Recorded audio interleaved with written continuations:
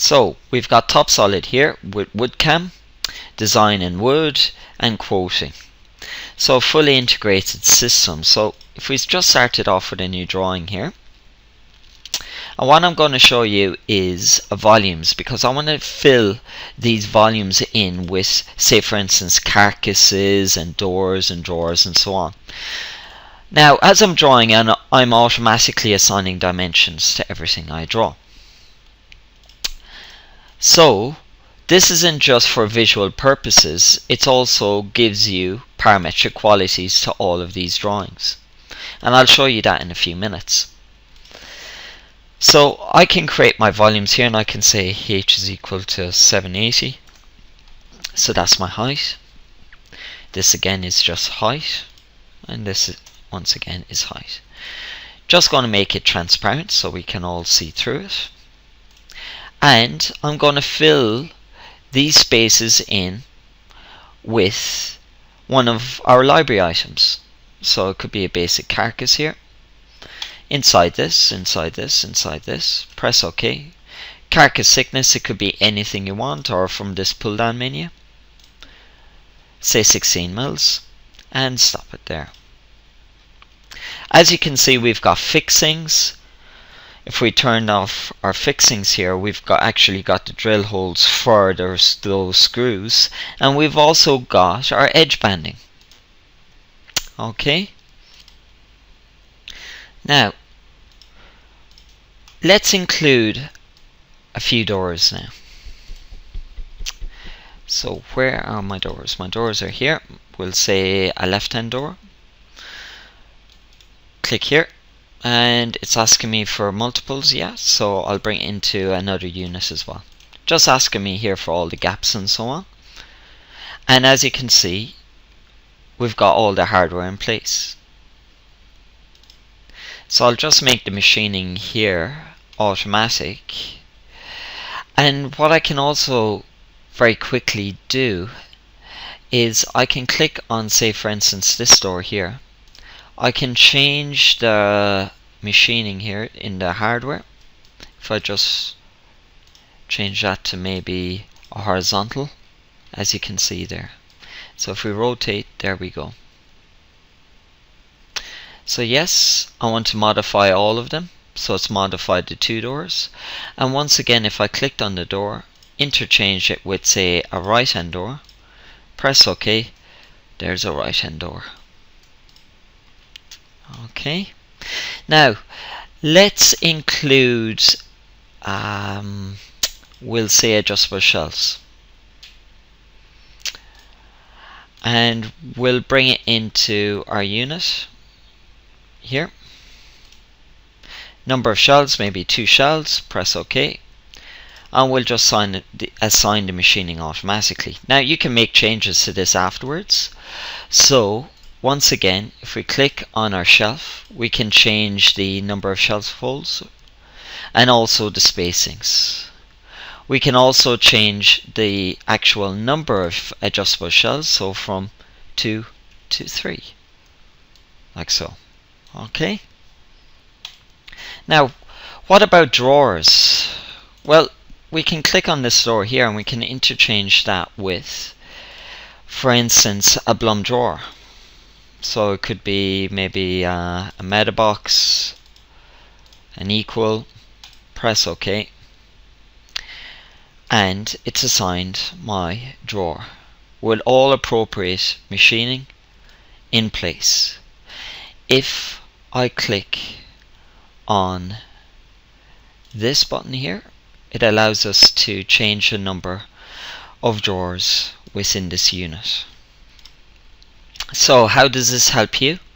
Well, it helps you in regards to creating your library items quicker, and also your more standard work much quicker, but also gives you the flexibility to modify very easily the items that you've created already. Okay, so with revisions or anything like that, you can very easily modify these units. Okay, so now let's export this to Enroute. Okay, so we'll save it maybe onto my desktop here, and we'll call it maybe user. Okay, and we'll open up that and call it basic units. Press OK. Now I'm going to pick this whole assembly. Now the good thing about this and this dialog box is it allows us to increase quantities, but we can also pick parts manually. We can pick by material, like so. We can pick by thickness if we wanted to, or by part types. So we'll just pick by material at the moment. Pick all those parts, and it's now exporting it out. So what we can do now is open up Enroute,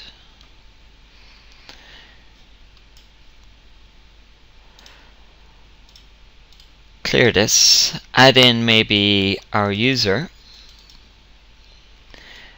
make sure all those parts are in place, and just process it. What it's also producing, of course, is the labels, and we've actually improved this link with Enroute, because it now gives us the part names on the sheet of board, but also which sides needs to be edged using this little symbol here, this triangular symbol. This information is also exported out onto the label, and I'll show you that in a moment. But as you can see, we've got all the relevant machining as well for our runners along our ends, as well as on our bottom of our drawer boxes. And I think we should have some machining, yes, on our ends for our adjustable shelves. Okay, now if I was to open up the label attached to this, we'll just print that out. We'll print it to PDF,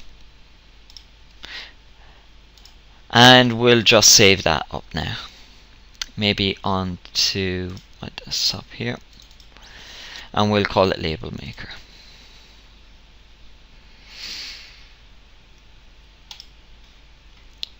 So once again, take a look at these items. This symbol here indicates that that's going to be the side edged. Again, how does this improve your situation? It means better communication out into the floor, better communication as well with the client, with the architect.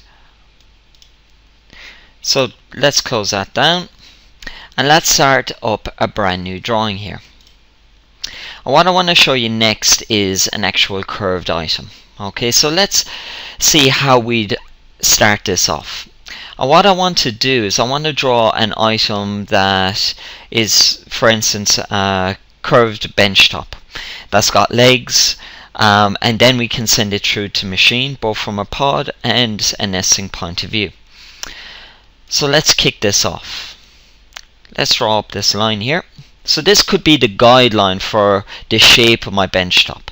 And during mid-drawing, I can switch to a circle here, type in a radius, click on here, click on the line here, and stop that. Now, as you can see very plainly, I did this on purpose. You can see that we can't actually connect this arc here to the line properly. You've got to calculate that yourself. But you can also let the software do this for you. And this is why I'm talking about a software being intuitive, that it knows what you're planning on doing. Okay? It's the same way with the dimensions I'm going to assign here to this drawing. Not only am I assigning dimensions for visual purposes, but I can now click on this and I can say, right, that needs to be 125, this needs to be 350, and so on. Now, you're probably also used of elevations of plan, end view, and also front elevation.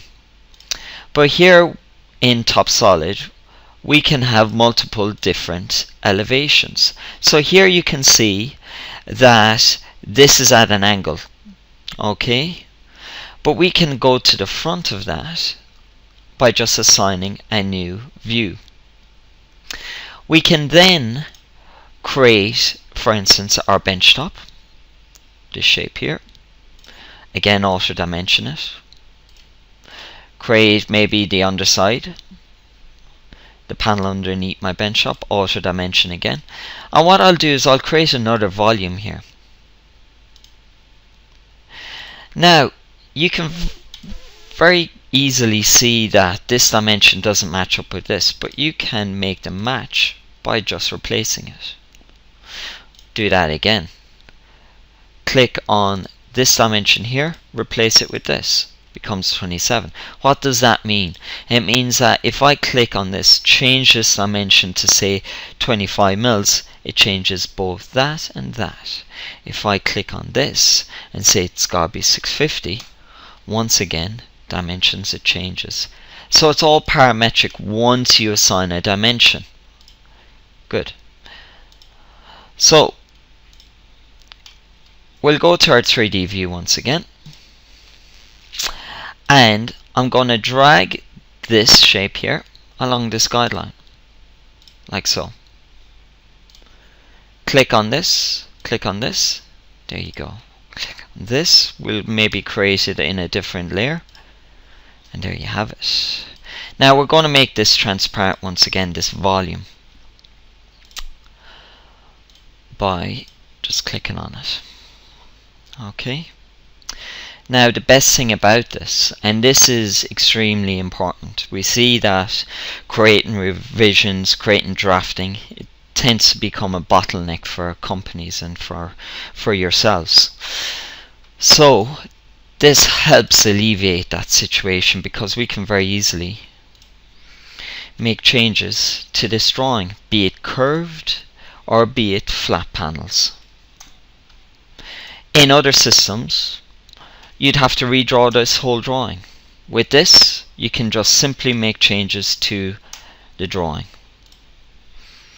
It's parametric in its nature. Now, sometimes with your drawing, your legs mightn't be, rectangular in shape, the panels. So we can just sweep this back at an angle, this volume here. Just click on these front faces, compute draft, and just bring them back. What that means now is that I can just say this needs to be 25 mils. Click on this edge here, bring it in.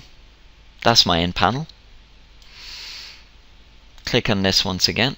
We'll make that automatic. Bring it in once again. That's my other end panel. What does this mean? Why did I draw the volume at the beginning? Because if we take a look at those two legs, and if I make changes to that now to the angle, it makes the changes to both of them. Anything inside that volume. Again, no redrawing, no having to waste time creating revisions.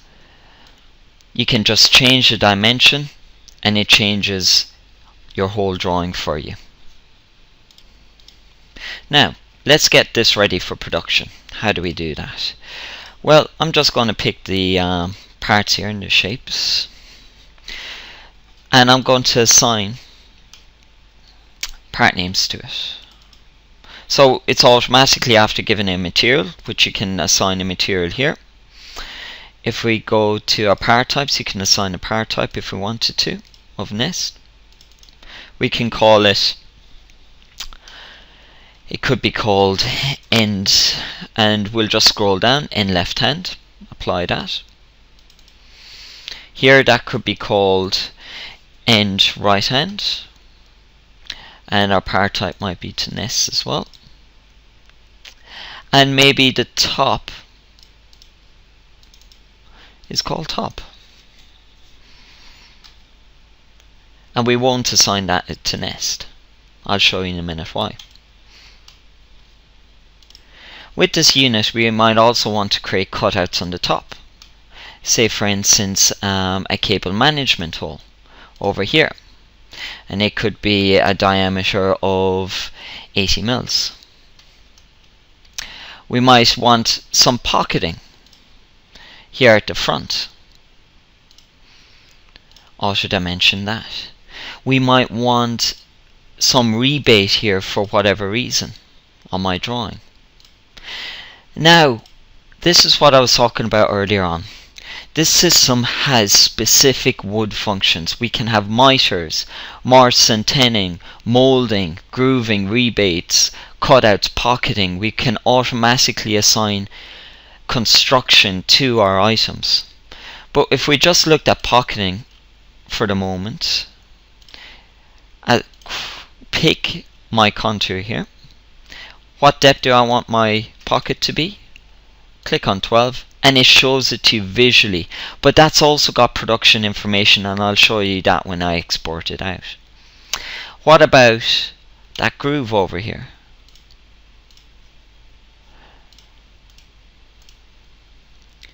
This gives you the ability to pick your own profile too. We can assign widths here of my groove, depths, so we might change that to 8 mils. Press OK when you're happy, and it assigns the groove. If we want to cut out on our bench top, here we go, that's my cutout. What about if I want to assign construction to my bench top? Well, we can automatically assign it. Click on our automatic assemble. Maybe over here we might have screw construction. So here we'll just click on screw. We'll pick by material, so both items. We'll say that this will be my face. Press OK, and there are my screw holes. Again, fixings in place as well. Maybe over here on the left hand side we might want cams. Pick on dowel and cams, pick on my material once again, and cams, and it asks you, well, which face you want it on, the inside face or the outside face? Let's bring them on the inside face. Press OK, and there's my machining. This reduces errors and wastage. As you can see visually the machining and how it's going to occur when you send it through to CNC. Okay, so let's export this information out to Enroute. So let's go wood here, and we might say user, and we might create a brand new folder and call it curved unit. Click on curved unit. We'll call this curved unit as well, and save it in place. Click on this. Actually, we might just say main assembly, so we can always pick all the materials are called ash. Increase the quantities if we wanted to. Press OK. It's exporting it out now. So let's open up Enroute. Close this down. We don't need it anymore.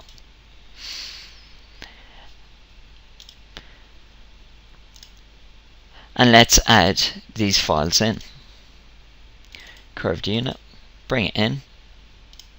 We can increase the quantities here. We'll just process TopSolid'Wood, and true shape nesting. We've got all the pocketing, the cutouts, the rebates, and the calibration on the outside of my unit or my top. So let's head back to TopSolid, because what happens if you have a pod machine?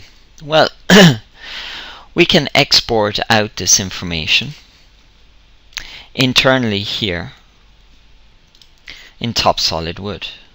So we'll just click on this file here. It asks me, well, what actually CNC do you want to export it out?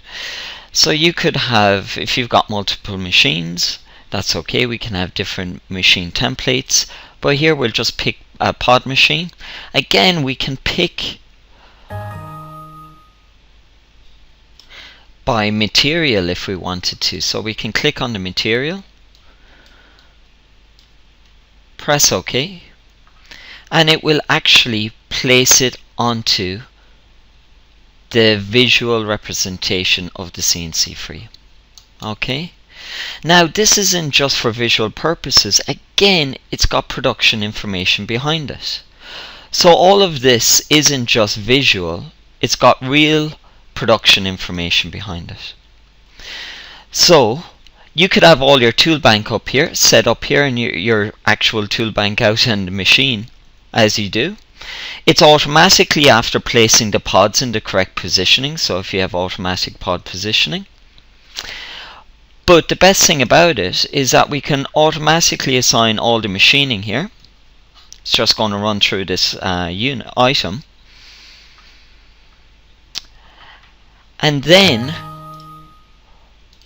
we can create a bit of a video of how it's actually going to be cut out.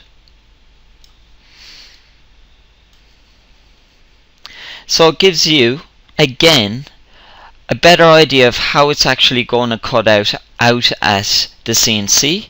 So again, reducing errors and wastage. Of course, you don't want to be cutting down into your bed or into your pods or anything like that. And you want to make sure that the machining is going to be correct. And this gives you the ability to do that. So we can pause it and place and so on as well here. So if I just pause that, don't need it any longer, we can see the machining there.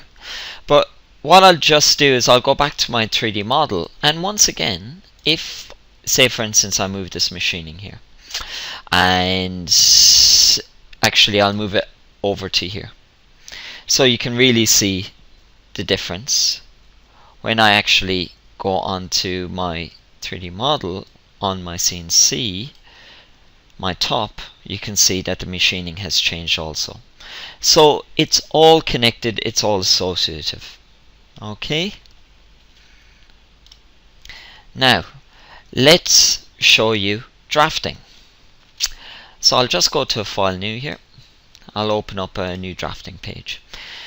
Now this template you can edit according to your own setup, of course, but I'll just go back to my 3D model.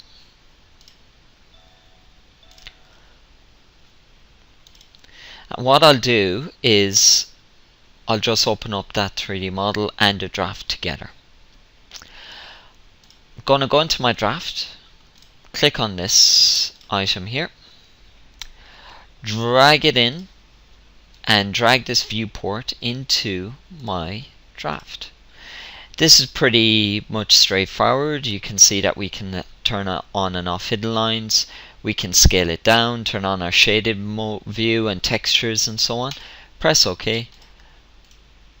Bring in our plan, bring in our end elevation, bring in our axial view. Bit quicker. What about sections? Or before that, if we make changes once again to our drawing, will it be associated? 110 will change the angle, updates here. If we change maybe the length here to say 500, 500, updates here. If we change the depth, 550, you get the idea. Okay, so it's all associated. Now let's focus in our draft. Let's create our section, maybe through here. We can create vertical or horizontal sections. Press OK, bring that out, and that's my section. What happens if you want to create a detail? Can create a detail here. Click on our point. Here we go. Bring down our detail. What about if we want to assign a dimension? I'm not just talking horizontal and vertical dimension. I'm talking about from point to point, but also radiuses, arc lengths, angles, because it's not just horizontal and vertical, we've also got our other dimensions as well that we've got to assign to a drawing at any time. Okay, we can even assign dimensions to our axial view, and we can assign it also to our details or even our sections. Okay? What about text? Once again, click on our text here. We can type in, TopSolid'Wood as I've done here, and we can pick on a point. If you go to move that text, it will stick to that point then. What about cutting lists and bills of materials? Well, this gives you the ability to create your own bill of materials and customize it once again to your own setup. So we can open up a template, click on point to point, or first of all click on the actual unit, then pick the points, and there's my bill of materials. But also it's got all the hardware assigned to this drawing as well, and we can filter out the hardware if you want. It's really up to yourself on how you want this set up, and the best thing about this is that you can modify it and change it according to your own setup. If you want any changes to be made afterwards, you can modify it yourselves. Okay? We can also assign here, which is an index. So this is according to your bill of materials. So as you can see, that this has the ability to speed up your drafting time, but also speed up the time at which you create revisions. Okay?